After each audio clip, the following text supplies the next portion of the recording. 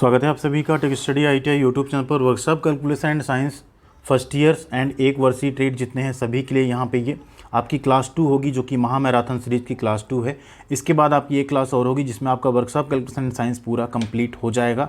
तो अगर आप भी एग्जामिनेशन देने जा रहे हैं और आप वर्कशॉप कैलकुलेशन एंड साइंस में अच्छा स्कोर करना चाहते हैं तो ये सीरीज़ आपके लिए बहुत इंपॉर्टेंट है। आइए स्टार्ट करते हैं बिना किसी देरी के क्वेश्चन एंड आंसर्स। 50 क्वेश्चन हम लोग कर चुके थे, आज 51 नंबर क्वेश्चन से क्लास 2 में करेंगे हम लोग टोटल 100 क्वेश्चन तक। पहला ही क्वेश्चन यहाँ पे 51 नंबर है। What the mass if the density of a body is 7.6 ग्राम प्रति centimetre cube and its volume is 25 centimetre cube. यदि किसी पिंड का घनत्व 7.6 ग्राम प्रति सेंटीमीटर क्यूब है और इसका आयतन 25 सेंटीमीटर क्यूब है तो इसका द्रव्यमान कितना होगा।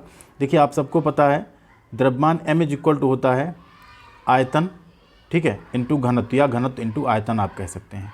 तो आपको आयतन कितना दिया, 25 दिया है और घनत्व कितना दिया, 7.6 दिया है। आप इसमें मल्टीप्लाई कर दीजिए, जो आपको आंसर मिलेगा वही आपका यहाँ पे राइट आंसर हो जाएगा 190 ग्राम। कितना हो जाएगा, 190 ग्राम, 190 ग्राम आपका यहाँ पे राइट आंसर आ जाएगा। अगला क्वेश्चन है what the specific gravity of the solid if the solid is 19.5 ग्राम पर सेंटीमीटर क्यूब। यदि ठोस का घनत्व कितना दिया गया है, 19.5 ग्राम प्रति सेंटीमीटर क्यूब, तो ठोस का आपको विशिष्ट गुरुत्व बताना है। देखिए विशिष्ट गुरुत्व क्या होता है, आपका ठोस का जो घनत्व है अगर उसका आपको विशिष्ट गुरुत्व निकालना है, जिसको पानी के घनत्व से आप क्या करेंगे, भाग दे देंगे। 4 डिग्री सेल्सियस पे जो पानी का घनत्व होता है वो कितना होता है, 1 होता है। तो 19.5 में अगर 1 से भाग देंगे या किसी भी संख्या में तो संख्या वही आएगी। विशिष्ट गुरुत्व की कोई यूनिट नहीं होती क्योंकि ये दो घनत्वों का अनुपात है। तो राइट आंसर क्या आ जाएगा, विशिष्ट गुरुत्व कितना होगा, 19.5। क्वेश्चन नंबर 53 है यहाँ पे व्हाट द डेंसिटी इन ग्राम पर centimetre cube of an iron cube if its weight is 4.8 kg। मतलब लोहे के एक घन का घनत्व आपको बताना है यदि उसका भार 4.8 kg है और आयतन 640 सेंटीमीटर क्यूब है। देखिए भार किलोग्राम में दिया है और आयतन किस में दिया है, सेंटीमीटर में। तो किलोग्राम को हम लोग पहले ग्राम में बदल लेंगे। तो 4.8 kg को अगर आप ग्राम में बदलें तो ये हो जाता है 4800 ग्राम, क्योंकि आप 1000 से गुणा कर देंगे इसमें। अब इसको आपको क्या करना है, आयतन जो आपका है इससे आपको क्या कर देना है, द्रव्यमान बटे आयतन। घनत्व बराबर क्या होता है, द्रव्यमान बटे आयतन। इसको 640 से आप भाग दे दीजिए, आपका आंसर यहाँ पे आ जाएगा 7.5 ग्राम प्रति सेंटीमीटर क्यूब। ठीक है, ये आपका हो जाएगा ऑप्शन नंबर डी। नेक्स्ट है question what the volume V of mercury in centimetre cube if mass m of mercury is 1 kilogram and density is 13.6 ग्राम प्रति सेंटीमीटर क्यूब। देखिए यहाँ आपको पारे का द्रव्यमान अगर 1 किलोग्राम है और घनत्व दिया है तो आपको आयतन निकालना है। देखिए फॉर्मूला वही है, घनत्व इज इक्वल टू एक फार्मूला याद रख लीजिए, द्रव्यमान बटे आयतन। अब निकालना आपको आयतन, आयतन को इधर ले आएंगे तो क्या हो जाएगा, द्रव्यमान बटे घनत्व। द्रव्यमान कितना, 1 किलोग्राम यानी 1000 ग्राम। इसको आप भाग दे दीजिए किससे, 13.6 से, जो कि इसका घनत्व है। आप इसको सिंप्लीफाई करेंगे आपको आंसर मिलेगा 73.53 सेंटीमीटर क्यूब। कितना मिल जाएगा, 73.53 सेंटीमीटर क्यूब। नेक्स्ट है 55 नंबर सवाल यहाँ पे what the mass in grams if a force of 15 Newton acting on a mass m produces an acceleration of 2.5 centimetre पर सेकेंड स्क्वायर। यदि किसी वस्तु पे 15 न्यूटन का बल लगाने से वस्तु जो है 2.5 सेंटीमीटर पर सेकेंड स्क्वायर के त्वरण से गति करती है तो वस्तु का द्रव्यमान क्या है। देखिए एक फार्मूला होता है बल is equal to m into A, द्रव्यमान गुणे विस्थापन। बल आपको दिया है 15, द्रव्यमान आपको पता नहीं है, निकालना है। त्वरण आपको दिया है 2.5, 15 को आप 2.5 से डिवाइड करेंगे कितना आएगा, 15/2.5। ठीक है, 25 छक्का 150, यानी यहाँ वस्तु का त्वरण कितना हो गया आपका 6, सॉरी यहाँ पे द्रव्यमान हो गया। आपको द्रव्यमान निकालना था, F is equal to m into A आपको पता था। ठीक है, तो m इज इक्वल टू क्या हो जाता है, F अपान a, 15/2.5 यानी 6 ग्राम आपका यहाँ पे राइट आंसर आ गया। अगला क्वेश्चन यहाँ पे what the specific gravity of the metal. यहाँ पे कह रहा है विशिष्ट गुरुत्व क्या होगा यदि धातु का भार हवा में 150 ग्राम है और पानी में 125 ग्राम है। देखिए हवा में 150 ग्राम और पानी में 125 ग्राम है अगर, तो सबसे इंपॉर्टेंट पहले आप यहाँ बॉयंसी निकाल लीजिए। ठीक है, तो यहाँ पे 150 माइनस 125 आप करेंगे तो कितना आ गया आपका 25। ठीक है, अब उससे आप क्या करिए, इस 150 को भाग दे दीजिए, जो वस्तु का हवा में भार है अपान 25, यही आपका यहाँ पे विशिष्ट गुरुत्व हो जाएगा। ठीक है, यहाँ पे इसका विशिष्ट गुरुत्व कितना आ जाएगा, 6। अगला क्वेश्चन है what the volume of mercury in centimetre cube if the mass m। देखिए अभी न्यूमेरिकल पोर्शन है, इसके आगे आपको थ्योरेटिकल क्वेश्चंस भी मिलेंगे। न्यूमेरिकल बहुत कम आता भी है बट यहाँ पे है इसलिए हम आपका करवा दे रहे हैं। आप किसी भी ट्रेड से हों तो एटलीस्ट अगर क्वेश्चन आ जाए तो आप आसानी से कर पाएँ। If the mass m of mercury is 136 gram and density of mercury is 13.6 ग्राम। यहाँ देखिए पारे का द्रव्यमान आपको दिया 136 ग्राम, पारे का घनत्व दिया, आयतन पूछ रहा है। फिर से वही फार्मूला, आयतन इज इक्वल टू द्रव्यमान बटे घनत्व, ठीक है। आयतन इज इक्वल टू द्रव्यमान बटे घनत्व। द्रव्यमान कितना 136 ग्राम, आयतन कितना 13.6, कितना आ गया आपका 10। राइट आंसर क्या हो गया आपका 10 सेंटीमीटर क्यूब। पारे का आयतन कितना है 10 सेंटीमीटर क्यूब। 58 नंबर क्वेश्चन है what the block weight in KG if volume is 320 centimetre cube and density 8.9 gram प्रति सेंटीमीटर क्यूब। दिए गए ब्लॉक का भार आपको किलोग्राम में बताना है अगर आयतन इतना है और घनत्व कितना दिया है 8.9। देखिए आयतन V बराबर आपको दे दिया 320 सेंटीमीटर क्यूब, घनत्व आपको दे दिया 8.9 ग्राम प्रति सेंटीमीटर क्यूब। अब निकालना आपको क्या है द्रव्यमान। द्रव्यमान बराबर क्या होता है घनत्व गुणे आयतन, 320 है 8.9 है, इनका गुणा कर दीजिए, जो आपको मिलेगा उसको 1000 से भाग दे दीजिए क्योंकि आंसर सारे किलोग्राम में दिए गए हैं। तो आपको आंसर मिल जाएगा 2.848 kg। एक्चुअल में आपका जो मल्टीप्लाई आएगा वो आएगा 2848 ग्राम। इसको आप जब 1000 से भाग दे देंगे तो हो जाएगा 2.848 kg। नेक्स्ट है 59 number question what the specific gravity of the metal if the weight 6.5 kgf in air and 3.5 kilogram force in water. देखिए फिर से वही सेम क्वेश्चन आ गया आपका, 6.5 किलोग्राम हवा में, 3.5 किलोग्राम पानी में। तो ये क्या हो जाएगा 6.5 बटे 6.5 माइनस 3.5। आप बॉयंसी निकाल लेंगे यहाँ पे 6.5 बटे, इसमें से आप घटाएंगे कितना आएगा 3 आएगा। इसको डिवाइड कर दीजिए, 3 दूनी 6, डेसिमल लग जाएगा, 3 एकम 3, 2 5, 3 छक्का 18, 3 छक 18, 2.166। विशिष्ट गुरुत्व क्या आ गया आपका 2.166। 60 नंबर क्वेश्चन है what the weight force of a car has a mass of 800 kg। जी को यहाँ 9.81 मीटर प्रति सेकंड लेना है। अब कार का आपको भार बल ज्ञात करना है, तो भार बल ज्ञात करने के लिए आप क्या करेंगे 800 में इससे आप मल्टीप्लाई कर दीजिए, ठीक है। जी से आप क्या करें इसमें मल्टीप्लाई कर दीजिए, W is equal to mg, ठीक है, m इंटू जी कर दीजिए, आपको आंसर यहाँ पे मिल जाएगा, ठीक है। आंसर आ जाएगा आपका 7848 न्यूटन। कितना आएगा 7848 न्यूटन। अब यहाँ पे क्वेश्चन आता है 61 number what the formula for speed. Speed का फार्मूला, गति का सूत्र क्या होता है। तो गति का सूत्र हम सबको पता है क्या होता है, चाल या गति बराबर तय की गई दूरी बटे समय, ठीक है। क्या होता है तय की गई दूरी बटे समय होता है। एंड इसी का फिर यूनिट क्या हो जाता है, तय की गई दूरी किस में होती है, तो मीटर में होगी या किलोमीटर में होगी, एंड समय किस में होगा सेकंड में, मिनट में या घंटे में, ठीक है।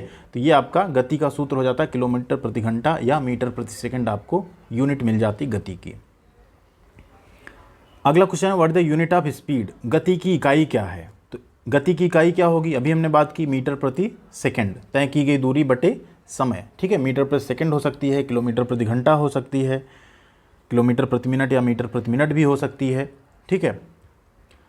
अगला क्वेश्चन है what the formula for velocity. वेग का सूत्र क्या है। तो देखिए जो गति होती है विस्थापन परिवर्तन की दर को हम गति कहते हैं। एंड उसी केस में अगर वेग क्या होता है, अगर उसमें कोई डायरेक्शन भी हो, आपकी चाल में कोई डायरेक्शन हो तो उसे हम लोग वेग कहते हैं। तो यहाँ पे वेग का फार्मूला हो जाएगा डिस्प्लेसमेंट बटे टाइम, ठीक है। क्योंकि जो दूरी होती है उसमें कोई दिशा नहीं होती, लेकिन जो डिस्प्लेसमेंट होता है, विस्थापन होता है, उसमें दिशा होती है कि किधर विस्थापन हुआ, ठीक है। तो वेग का सूत्र हो जाएगा डिस्प्लेसमेंट बटे टाइम। यही अगर चाल का सूत्र पूछता गति का तो होता डिस्टेंस कवर्ड बटे टाइम, बट वेग पूछ रहा है, वेग एक सदिश राशि है तो होगा डिस्प्लेसमेंट बटे टाइम। गलती मत करिएगा, यहाँ आप मिस्टेक कर सकते हैं। अगला क्वेश्चन है यदि कोई राशि केवल परिमाण या आकार को अकेले रखे तो क्या कहलाता है। मतलब किसी बॉडी में सिर्फ और सिर्फ मैग्नीट्यूड हो तो वो क्या है। अगर सिर्फ मैग्नीट्यूड है, दिशा नहीं है, सिर्फ परिमाण है, कोई डायरेक्शन कोई दिशा नहीं है उसमें, तो उसे हम लोग कहते हैं स्केलर क्वांटिटी यानी अदिश राशि कहते हैं।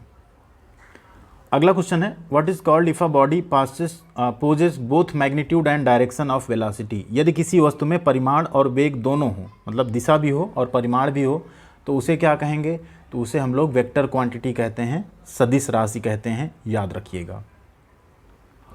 नेक्स्ट है question, what the rate of change of displacement of a body, किसी वस्तु में विस्थापन के परिवर्तन की दर क्या है। तो विस्थापन परिवर्तन की दर अभी हम लोगों ने बात की, क्या होती है, वेलोसिटी होती है, वेग होती है, ठीक है। विस्थापन परिवर्तन की दर क्या होगी, हमेशा वेग होगी। अगला क्वेश्चन है, what is called if a body does not change its position with respect to its surrounding. यहाँ कह रहा है यदि कोई वस्तु अपने परिवेश के संबंध में अपनी स्थिति को नहीं बदलता है तो उसे क्या कहा जाता है। तो अगर अपने परिवेश के संबंध में स्थिति नहीं बदलेगा तो ऐसे बॉडी को हम कहते हैं बॉडी एट रेस्ट, वस्तु अपनी विरामावस्था में है। क्या है, body at rest. And Newton के नियम के अनुसार जो वस्तु जिस अवस्था में होती है वो अपनी अवस्था में बने रहना चाहती है, ठीक है। अगला क्वेश्चन है, what is called if a body changed its position with respect to its surrounding. अगर कोई वस्तु अपने परिवेश के संबंध में अपनी स्थिति को बदल रही तो उसे क्या कहते हैं, तो उसे हम कहते हैं बॉडी एट मोशन, वस्तु का गति में होना कहते हैं, ठीक है। तो राइट आंसर क्या हो गया आपका, option number B, body at motion. Next question यहाँ पे, what the unit of acceleration of an object, किसी वस्तु के त्वरण की इकाई क्या है। तो एक्सेलरेशन की इकाई क्या होती है, यहाँ पे वेग परिवर्तन की दर को हम क्या कहते हैं, त्वरण कहते हैं, ठीक। अब वेग की इकाई मीटर प्रति सेकंड है तो त्वरण की क्या हो जाएगी, परिवर्तन की दर, यानी समय फिर से आ रहा है तो समय का नीचे और एक गुणा हो जाएगा तो हो जाएगी मीटर प्रति सेकंड स्क्वायर। त्वरण का मात्रक क्या होता है, मीटर प्रति सेकंड स्क्वायर।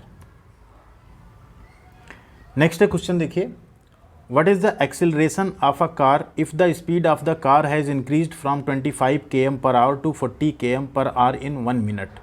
तो कार का आपको त्वरण बताना है। देखिए गति का एक सूत्र होता है v = u + at, ठीक है। यहाँ पे a त्वरण है जो आपसे यहाँ पे पूछा जा रहा है। v आपको पता है अंतिम वेग कितना है, 40 km/h। u आपको पता है प्रारंभिक वेग कितना है, 25 km/h। टाइम आपको पता है 1 मिनट, ठीक है, यानी 60 सेकंड आपको टाइम दिया गया है। बट ये सब km/h में, तो इनको भी आपको सेकंड में बदलना होगा। या आप क्या करिए, 1 मिनट को आप क्या करें, यहाँ इन सबको आपको क्या करना होगा, बदलना होगा, ठीक है। तो v है जैसे 40 तो इसमें हम 5/18 से गुणा कर देते हैं। u है 25 तो इसमें भी हम 5/18 से गुणा कर देते हैं, प्लस a × t है आपका 60 सेकंड, ठीक है। इसको आपको सिंप्लीफाई करना है। इसे आप जैसे सिंप्लीफाई कर लेते हैं आपको एक आंसर यहाँ मिल जाएगा, इसको सरल कर लीजिएगा आप लोग, आपको आंसर मिल जाएगा 0.069 मीटर प्रति सेकंड स्क्वायर। कितना आंसर मिलेगा, 0.069 मीटर प्रति सेकंड स्क्वायर, ये यहाँ पे त्वरण होगा।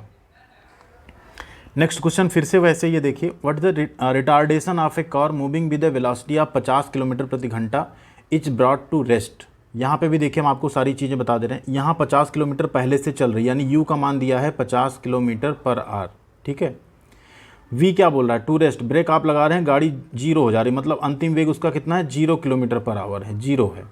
टाइम कितना लगा यहाँ पे, 45 सेकेंड का टाइम लगा, ठीक है। अब आप सेम फार्मूला लगाएंगे, बस फार्मूला थोड़ा सा चेंज हो जाएगा, v = u - at हो जाएगा, क्योंकि त्वरण नेगेटिव में जा रहा है। आप यहाँ पे रिटार्डेशन, आप ब्रेक लगा रहे हैं, मंदन आ रहा है, तो यहाँ माइनस हो जाता है, ठीक। इसी में सारे मान आप रख देंगे, यहाँ पे 0 रख देंगे, यहाँ पे 50 × 5/18 रख देंगे, यहाँ पे t का मान रख देंगे, आपको आंसर मिल जाएगा। और आंसर आएगा 0.30 मीटर प्रति सेकंड स्क्वायर। हमने पहले ये सब कैलकुलेट कराया हुआ है, ये तो मैराथन क्लास चला रहे हैं, जस्ट आपका एक रिवीजन है, इसलिए हम यहाँ पे इसको पूरा नहीं करवा रहे हैं। आपको अगर डिटेल में देखना है तो आप पार्ट वाइज 10 पार्ट्स हैं प्लेलिस्ट से, उनको एक बार जरूर देख लीजिएगा। अगला क्वेश्चन है, what the work done in unit time. एक इकाई समय में किया गया कार्य क्या होता है। तो यूनिट टाइम में किया गया कार्य आपका क्या कहलाता है, पावर, शक्ति होती है। एक यूनिट टाइम में आप जो कार्य करते हैं उसको हम लोग कहते हैं शक्ति, ठीक है। नेक्स्ट है, what the capacity of a body to do work is called. यहाँ कह रहा है किसी वस्तु की कार्य करने की क्षमता को क्या कहते हैं। तो किसी भी वस्तु की कार्य करने की क्षमता ही क्या होती है, ऊर्जा होती है। राइट आंसर क्या हो गया आपका, ऑप्शन नंबर ए, ऊर्जा। 74 नंबर क्वेश्चन है यहाँ पे, what the ratio of power output to power input. देखिए power output, output upon input का जो रेशियो है उसे ही हम लोग क्या कहते हैं, दक्षता कहते हैं, इफिशियंसी कहते हैं। राइट आंसर क्या हो गया, इफिशियंसी यानी दक्षता। नेक्स्ट है क्वेश्चन यहाँ पे, what is called if a force of 1 newton acts on a body and moves it through out through a distance of 1 metre.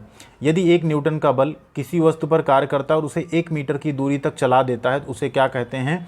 तो यही आपकी परिभाषा है 1 जूल की। ठीक है, तो 1 जूल कार्य हुआ ऐसा बोला जाता है। अगर 1 न्यूटन के बल से किसी वस्तु पर बल को लगाया जाए और वो 1 मीटर तक खिसक जाए तो उसे कहते हैं 1 जूल। ठीक है, राइट आंसर क्या हो गया आपका? 1 जूल। अगला क्वेश्चन है how many ergs for 1 joule. 1 joule में कितने अर्ग होते हैं? तो 1 जूल में होते हैं आपके 10 की घात 7 अर्ग। कितने अर्ग होते हैं? 10 की घात 7 अर्ग। अगला क्वेश्चन है how many Newton's for 1 kilogram. 1 kilogram में कितने न्यूटन होते हैं? तो 1 किलोग्राम में आपके टोटल जो न्यूटन होते हैं 9.81 न्यूटन्स। कितने होते हैं? 1 किलोग्राम में 9.81 न्यूटन होता है। नेक्स्ट है how many watts for 1 horse power in metric system. देखिए यहाँ कन्फ्यूजन होता है। मीट्रिक सिस्टम का जो हार्स पावर है उसमें 1 हार्स पावर में होता है 735.5 वाट। कितना होता है? 735.5 वाट, 735.5 वाट्स होते हैं। उसी जगह जो ब्रिटिश हार्स पावर होता है उसमें 1 हार्स पावर में होते हैं 746 वाट। कितने वाट होते हैं? 746, 746 वाट्स। ठीक है, तो ये 2 क्वेश्चन आपके यहाँ पे हो गए। तो यहाँ पे क्वेश्चन है, देखें क्वेश्चन 80 है how much work done in 1 hour if a pump can raise 100 litre of water through a height of 200 metre in 1 minute. अब 1 मिनट में इतना कर रहा है, बोल रहा है 1 घंटे में कितना काम होगा। तो 1 घंटे में काम अगर आप देखें कितना, 1 घंटे में कितने मिनट होते हैं? 60 मिनट। तो एक फार्मूला आपका यहाँ लग जाएगा m into H into T. M कितना है आपका? 100 लीटर वाटर का वेट 100 ही होगा, 100 kg होगा। एच का मान कितना है? 200। और टाइम कितना आपका? 60 है। 1 2 3 4 5, 10 की घात 5 हो गया एंड 6 दूनी 12, 12 गुणे 10 की घात 5 किलोग्राम मीटर आपका यहाँ पे राइट आंसर हो जाएगा, कार्य आपका हो जाएगा। ठीक है, अगला क्वेश्चन है what the work done in joule if a load of 15.5 kg is lifted through a height of 4.4 metre. यदि किसी 15.5 किलोग्राम भार को 4.4 मीटर हाइट तक उठाया जाए तो जूल में कार्य कितना होगा? तो जूल में जो आपका कार्य होगा आप यहाँ पे करेंगे 15.5 गुणे 4.4, ठीक है, गुणे जी का मान यहाँ पे रख लीजिए 9.81, ठीक है, या इससे ना आंसर आए तो आप 10 भी रख सकते हैं। एंड इनको आप मल्टीप्लाई कर देंगे तो आपको आंसर मिलेगा यहाँ पे 669 जूल। कितना होगा? 669 जूल। नेक्स्ट है question what the kinetic energy of a bullet of mass 5 gram travels with the speed of 500 metre पर सेकेंड। एक 5 ग्राम द्रव्यमान की बुलेट 500 मीटर प्रति सेकेंड की गति से चलती है तो गतिज ऊर्जा।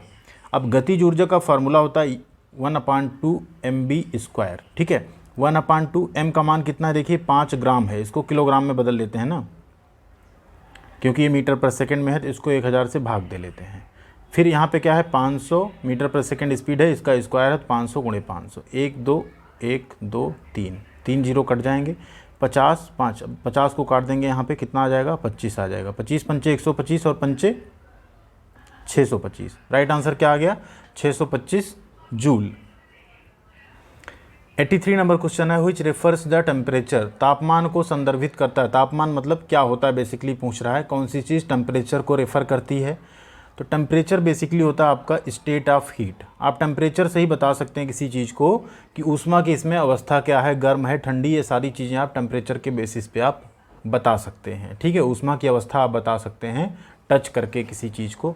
आपको जब वो ज़्यादा हीट फील होगा इसका मतलब वो गर्म अवस्था में है, टेम्परेचर उसका ज़्यादा है, वो खुले एटमॉस्फेयर में रखने पे क्या होगा? ठंडा होगा, मतलब उधर से ऊष्मा कम की तरफ जाएगी। और कोई चीज़ ठंडी फील हो रही है, एटमॉस्फेयर गर्म है, तो वहाँ से धीरे धीरे क्या होगी? गर्म होगी। तो टेम्परेचर बेसिकली क्या होता है? स्टेट ऑफ हीट होता है। अगला क्वेश्चन है what the SI unit of heat. ऊष्मा की एसआई यूनिट क्या है? ऊष्मा की एसआई यूनिट होती है आपकी जूल। क्या होती है? जूल। ऊष्मा भी एक तरह की क्या है? ऊर्जा है, तो ऊर्जा की मात्रक जूल, वैसे ऊष्मा का मात्रक भी जूल। नेक्स्ट है question which instrument is used to measure heat. ऊष्मा को मापने के लिए किस उपकरण का उपयोग किया जाता है? कैलोरीमीटर, थर्मोमीटर, पायरोमीटर या बैरोमीटर। तो ऊष्मा को मापने के लिए हम लोग यूज़ करते हैं कैलोरीमीटर का। राइट आंसर आपका option number A, calorimeter. Next question है what the quantity of heat required to raise the temperature of 1 gram of water through 1 degree Celsius is called. 1 gram पानी का 1 डिग्री सेल्सियस तक तापमान बढ़ाने के लिए आवश्यक ऊष्मा की मात्रा क्या है? तो इस ऊष्मा की मात्रा को ही हम लोग कहते हैं कैलोरी। ठीक है, 1 ग्राम पानी का तापमान 1 डिग्री तक बढ़ाने के लिए जितनी ऊष्मा की मात्रा की आवश्यकता होती है उसे हम कहते हैं 1 कैलोरी ऊष्मा। नेक्स्ट है what is the value for specific heat of water. पानी की विशिष्ट ऊष्मा का मान क्या है? तो पानी की विशिष्ट ऊष्मा का मान होता है 1। राइट आंसर है आपका 1। Next question, which type of heat is the heat absorbed or given off by a substance without changing its physical state. किस प्रकार की ऊष्मा को उसकी भौतिक अवस्था में बदले बिना किसी पदार्थ द्वारा अवशोषित किया जाता है? मतलब ऐसी ऊष्मा जिसमें पदार्थ की भौतिक अवस्था नहीं बदलेगी बट वो ऊष्मा उसमें अवशोषित हो जाएगी। ठीक है, तो इसको हम लोग कहते हैं सेंसिबल हीट। क्या कहते हैं? Option number B, sensible heat.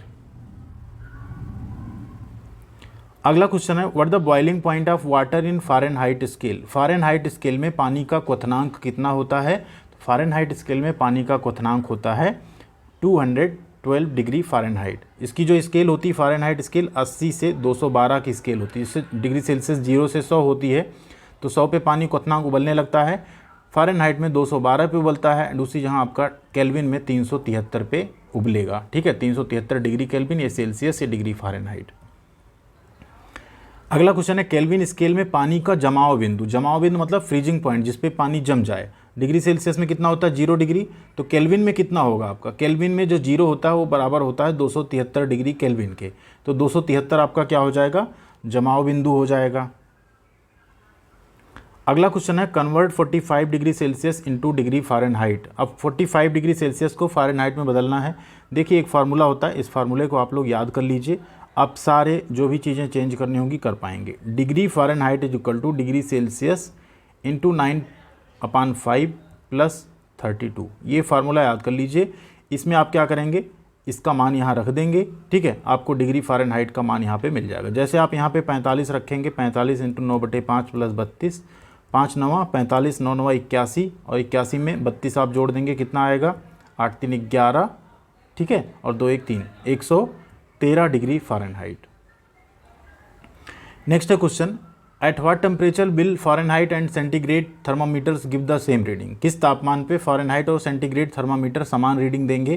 तो वो टेम्परेचर होता है आपका -40। उसी फार्मूले में जो हमने आपको फार्मूला बताया ना, F is equal to C into 9/5 plus 32, इसी में आप क्या करें? F is equal to C रख दें, तो जो C का मान आएगा वो -40 आएगा, या C की जगह F रख दें तो जो F का मान आएगा वो भी -40 आएगा। तो ये प्रूफ होता है 40 डिग्री सेल्सियस पे फ़ारेनहाइट और सेंटीग्रेड थर्मामीटर सेम रीडिंग दिखाएंगे। ठीक है, अगला क्वेश्चन है convert -273 degree into kelvin scale. -273 degree को केल्विन स्केल में बदलना है। तो केल्विन स्केल में बदलने के लिए आप इसमें क्या करते हैं? 273 ऐड करते हैं, तो ऐड करेंगे तो क्या हो जाएगा? क्या बचेगा यहाँ पे? 0, दोनों घट जाएंगे आपस में, क्या बचेगा? 0 डिग्री केल्विन। तो -273 डिग्री क्या हो जाएगा? 0 डिग्री केल्विन के बराबर होगा। अगला क्वेश्चन है what the value in degree centigrade for 20 degree Fahrenheit. फिर से वही सेम फार्मूला आप लगाएंगे यहाँ पे। 20 डिग्री फ़ारेनहाइट, अब 20 इज इक्वल टू क्या हो जाएगा? C into 9/5 plus 32। 32 इधर आएगा तो क्या बचेगा? -12 is equal to C into 9/5। 5 से गुणा करेंगे 12 में, C इज इक्वल टू क्या हो जाएगा? 12 5 से 60/9 माइनस में। ठीक है, 9 छक 54, 6 60, फिर 9 छक 54, फिर 60, 9 छक 54, 6.67 -6.67 डिग्री सेल्सियस आपका आंसर हो जाएगा। अगला क्वेश्चन है वो अधिकतम तापमान क्या है जो मरकरी थर्मामीटर द्वारा मापा जा सकता है। तो मरकरी थर्मामीटर द्वारा मापे जाने वाला अधिकतम तापमान होता है 300 डिग्री सेल्सियस। क्या होता है? 300 डिग्री सेल्सियस के बराबर होता है। ऑप्शन नंबर बी आपका यहाँ पे सही होगा। क्वेश्चन नंबर 96 है यहाँ पे, what the name of temperature measuring instrument. इस टेम्परेचर मेजरिंग इंस्ट्रूमेंट का आपको नाम बताना है, क्या है ये? तो ये है आपका बाई मेटालिक थर्मोमीटर। क्या है? बाई मेटालिक थर्मोमीटर है आपका। 97 नंबर क्वेश्चन है which instrument is used to measure temperature of red hot metals up to 3000 degree Celsius. 3000 degree Celsius तक लाल गर्म धातुओं के तापमान को मापने के लिए किस उपकरण का उपयोग किया जाता है? तो यहाँ पे हम यूज़ करते हैं, जहाँ 3000 डिग्री सेल्सियस तक का टेम्परेचर हो वहाँ हम लोग यूज़ करते हैं रेडिएशन पायरोमीटर का, जो रेडिएशन के बेसिस पे आपका टेम्परेचर को मेज़र कर लेगा। क्योंकि वहाँ पे कोई अगर आप इंस्ट्रूमेंट डायरेक्ट ले जाएंगे तो वो तो पिघल जाएगा और बचेगा ही नहीं वहाँ पे। अगला क्वेश्चन है which kind of heat transmission takes place by upward flow, किस प्रकार की ऊष्मा संचरण ऊपर की ओर प्रवाह द्वारा होती है। तो ऊपर की ओर प्रवाह द्वारा कौन सा होता है आपका, कन्वेक्शन, संवहन, ठीक है। एक होता है कंडक्शन, एक कन्वेक्शन, एक रेडिएशन। कंडक्शन है आपका जो मेटल्स वगैरह में आप एक सिरा हीट करते हैं, दूसरा सिरा ऑटोमेटिक हीट होने लगता है। संवहन होता है आप एक पैन में पानी को गर्म करते हैं तो क्या होता है, पानी नीचे गर्म होकर फिर ऊपर उठ जाता है, ऊष्मा ऊपर की तरफ चलती जाती है और ऊपर के पार्टिकल्स भी फिर गर्म होते रहते हैं नीचे जा जाके, ठीक है। तो ऊष्मा ऊपर की तरफ किस में गई, संवहन में। रेडिएशन जैसे सनलाइट आपका धरती पे आ रही है उसको रेडिएशन बोलते हैं, या रूम में हीटर आप रखते हैं पूरा रूम गर्म होता है उसको हम रेडिएशन बोलते हैं। तो राइट आंसर क्या हो गया यहाँ पे, संवहन। क्वेश्चन नंबर 99 है what is called if the length of the solid expands when heated. यहाँ कह रहा है यदि गर्म करने पे ठोस की लंबाई बढ़ती है तो उसे हम क्या कहते हैं। तो गर्म करने पे अगर ठोस की लंबाई बढ़ रही है तो उसको हम लोग कहते हैं रेखीय प्रसार। क्या है, रेखीय प्रसार बोलते हैं उसे। ऑप्शन नंबर ए आपका सही हो जाएगा। नेक्स्ट है question what is the change in length per unit original length per degree rise in temperature is called. कह रहा है तापमान में प्रति डिग्री चेंज होने पे, ठीक है, प्रति डिग्री चेंज होने पे जो लंबाई में परिवर्तन होता है उसे क्या कहते हैं। तो इसे हम लोग कहते हैं कॉफिशिएंट ऑफ लीनियर एक्सपेंशन। क्या कहते हैं, कॉफिशिएंट ऑफ लीनियर एक्सपेंशन, या इसी को कहा जाता है रेखीय प्रसार गुणांक, ठीक है। राइट आंसर हो गया आपका ऑप्शन नंबर बी। ये 100 क्वेश्चंस थे आपके workshop calculation and science first year के। एक क्वेश्चन जो कि इस पार्ट में भी था बट हम आपसे यहाँ पे पूछेंगे कि ब्रिटिश हार्स पावर में, एक हार्स पावर में कितने वाट होते हैं। ब्रिटिश सिस्टम में एक हार्स पावर में कितने वाट होते हैं, 726, 736, 746 या 756।